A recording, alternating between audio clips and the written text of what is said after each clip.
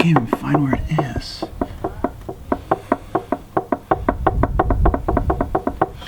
I think it's right there.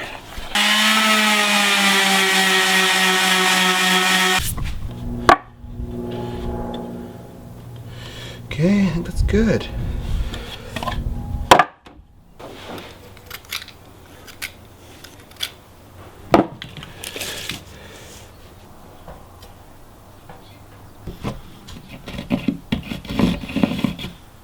So I have the tops of the drums level.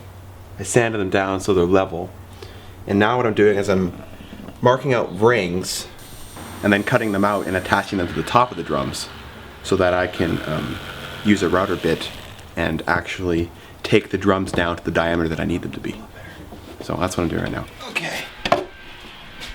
So here's my ring. Here like this.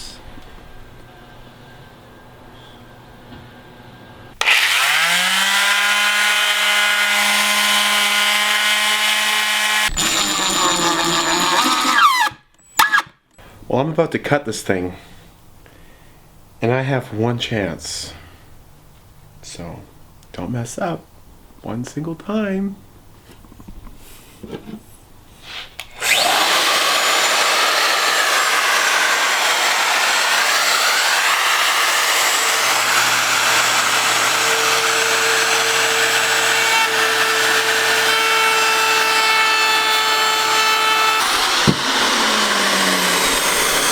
How's that looking?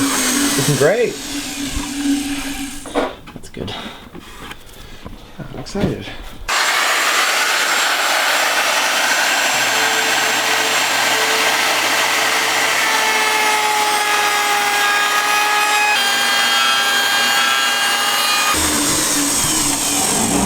Let's see what it looks like.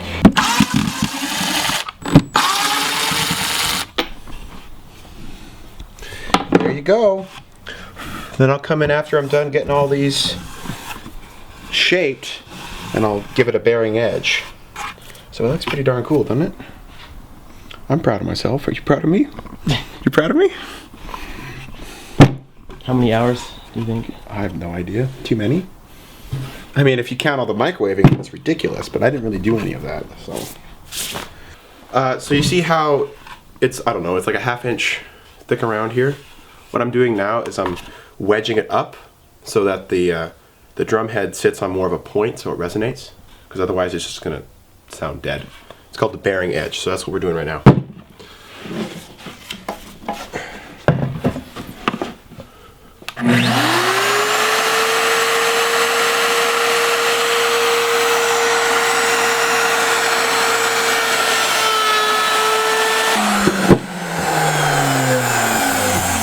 And there you go, there's your bearing edge. I'm going to sand it down now, make sure it's all consistent. But that's what you want, I hope. Last drum. So, I messed up in a couple spots in the bass drum. My jig, actually it was my router bit, kind of messed up.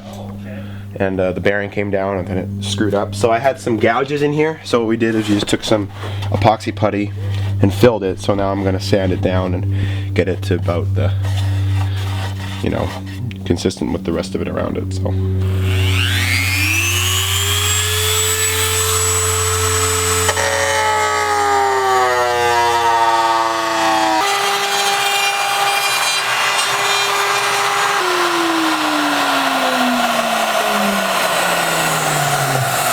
And everybody, that's how you go from a round tree to a round thing.